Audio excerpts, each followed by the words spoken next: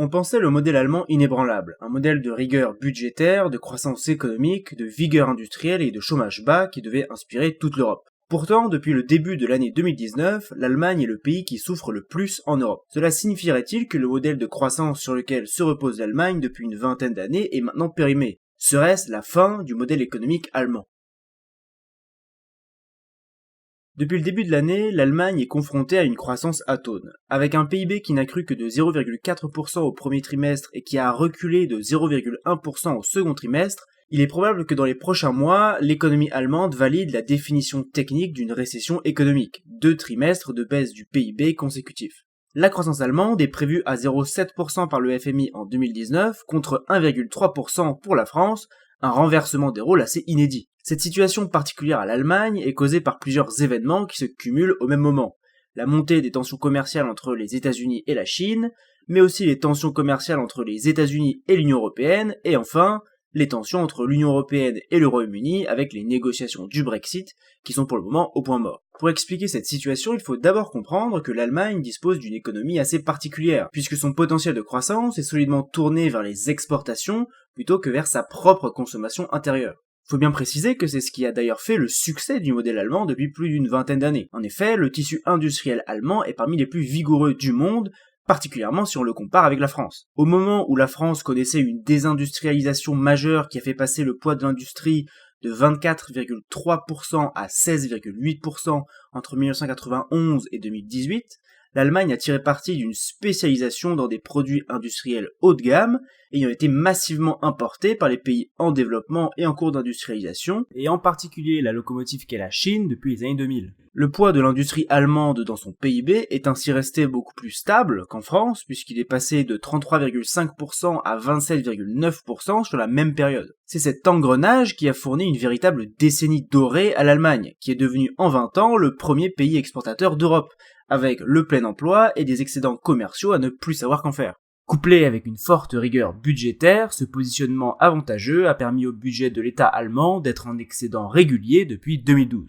Depuis cette date, la dette publique allemande a été en constante baisse et devrait pour la première fois passer en dessous des 60% du PIB en 2019, en conformité avec le seuil établi par le traité de Maastricht. Néanmoins, les dernières années ont vu la situation commerciale mondiale s'altérer grandement. La doctrine du libre-échange des biens et services qui était au cœur des accords internationaux depuis les années 1980 a laissé place, notamment depuis l'accession au pouvoir de Donald Trump, à un recentrage sur les intérêts économiques nationaux de court terme, et on a vu la remontée en puissance du rôle des barrières commerciales dans les rapports de force diplomatiques. Concernant le conflit commercial sino-américain, il faut comprendre que l'Allemagne est aujourd'hui le 3e exportateur mondial de biens derrière la Chine et les États-Unis, avec une bonne partie des exportations allemandes qui se dirigent vers ces deux pays. Et la connexion est si grande que les tensions entre les deux géants la placent en victime collatérale de tout ralentissement des échanges ou perturbation des chaînes de production entre les deux pays. Avec la nouvelle vague de tarifs douaniers réciproques sino-américains qui est survenue fin août, l'Allemagne verra ses entreprises de nouveau perturbées par les changements structurels que ces tarifs douaniers produiront en Chine et aux États-Unis. Mais même au-delà des conséquences de court terme, un phénomène de long terme plus inquiétant encore se profile pour l'industrie allemande. En effet, l'industrie chinoise aspire désormais, depuis le plan stratégique Made in China 2025, à monter en gamme et à remplacer ce qui a fait le succès des exportations allemandes, à savoir les biens industriels de haute technologie, comme les machines-outils et les voitures de luxe. Plutôt qu'être l'usine manufacturière du monde, la Chine souhaite maintenant remplacer les pays occidentaux en ce qui concerne leur capacité industrielle, ce qui abaissera mécaniquement leurs débouchés en Chine. Cela au détriment des exportations occidentales en Chine et donc allemandes. Du côté des États-Unis maintenant, Donald Trump n'est également pas seulement tourné vers la Chine en ce qui concerne le bras de fer commercial.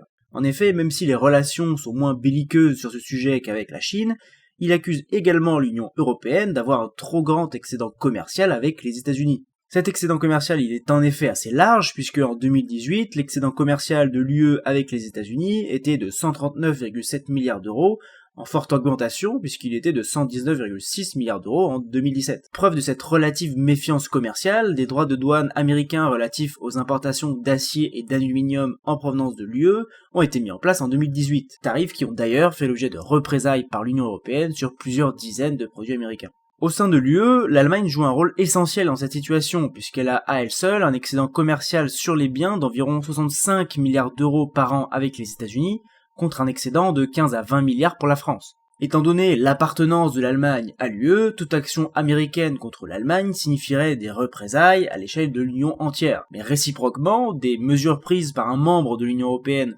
contre les intérêts américains, par exemple la taxe GAFA qui est envisagée actuellement par la France, pourrait également donner lieu à des représailles américaines contre toute l'Union. De fortes tensions commerciales sont également présentes au sujet du Brexit. Vous pouvez d'ailleurs aller voir notre dernière vidéo sur le sujet si vous voulez avoir plus de détails.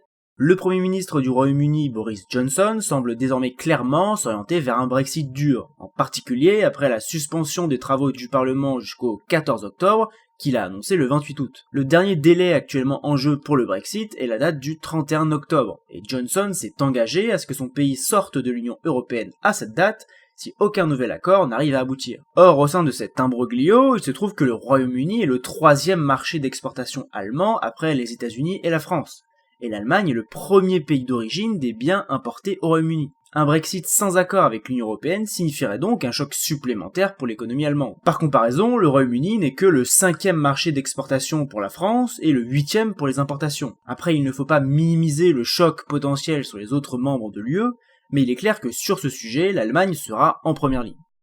Angela Merkel s'est d'ailleurs toujours clairement prononcée contre la perspective d'un Brexit dur dans les négociations avec le Royaume-Uni, position qui est assez différente de celle du président français qui, s'il a toujours trouvé cette option peu désirable, se prononce aussi pour la fermeté du côté de l'UE dans les négociations, quitte à aboutir à un Brexit dur. Il y a donc beaucoup de difficultés en perspective pour l'Allemagne. Cela ne veut néanmoins pas forcément dire que le modèle allemand est périmé. En effet, le choix de l'économie allemande de se spécialiser dans les exportations industrielles fut un positionnement redoutablement efficace, mais dont on voit aujourd'hui qu'il est une arme à double tranchant. C'est ce qui a fait le succès du modèle allemand, mais c'est aussi pour cette raison que le pays souffre le plus en ce moment de la restructuration partielle de l'économie mondiale due à la montée des barrières tarifaires. De plus, il est tout à fait possible que cette baisse de régime soit passagère et qu'une fois les perturbations économiques internationales et européennes derrière nous, l'Allemagne puisse retrouver de la vigueur économique en se reconcentrant sur de nouvelles cibles d'exportation, étant donné que la Chine souhaite maintenant devenir autosuffisante en biens industriels. Un autre défi qui se profile aussi certainement pour l'économie allemande et moins voyant, mais assez primordial pour son tissu économique,